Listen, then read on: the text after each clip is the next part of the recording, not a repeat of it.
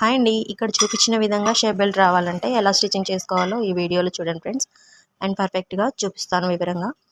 Main fabric ఒక పీసు, lining fabrics అయితే 3 పీసులు తీసుకోవాలి ఫ్రెండ్స్. కొంచెం మందం వేసుకోవాలి, అప్పుడు షేప్ బెల్ట్ స్టిప్గా ఉంటుంది.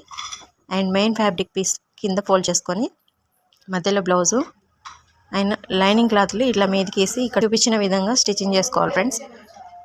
అయితే ఇలా ఒక స్టిచ్ వేసుకున్న తర్వాత ఫోల్డ్ చేసి మళ్ళీ మీద ఒక స్టిచ్ వేసుకోవాలి. ఆ తర్వాత ఈక్వల్గా చూసుకొని కింద ఫోల్డ్ చేసి మళ్ళీ ఒక స్టిచ్ వేసుకోవాలి. ఈ విధంగా స్టిచ్ వేసుకోవడం వల్ల ఏంటంటే షేప్ బెల్ట్ ఖర్చులు డిస్టర్బెన్స్ లేకుండా చాలా స్మూత్గా ఉంటుంది ఫ్రెండ్స్. బ్లౌజ్ అయితే ఆ ఖర్చు బయటికి కనిపించే విధంగా స్టిచ్ చేస్తే ఏమంటే గుచ్చుకున్నట్టు ఫీలింగ్ వస్తుంది. బ్లౌజ్ డిస్టర్బెన్స్గా ఉంటుంది, ఎక్కువసేపు ఉంచుకోవాలనిపించదు అనమాట.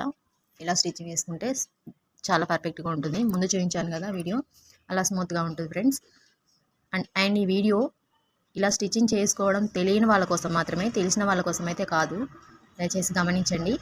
తెలియని వాళ్ళు చాలామంది ఉన్నారు, టైలరింగ్ గురించి ఎక్స్పీరియన్స్ లేని వాళ్ళు కానీ ఎలా స్టిచ్చింగ్ చేసుకోవాలో తెలియని వాళ్ళు చాలామంది ఉన్నారు. వాళ్ళ కోసం మాత్రమే.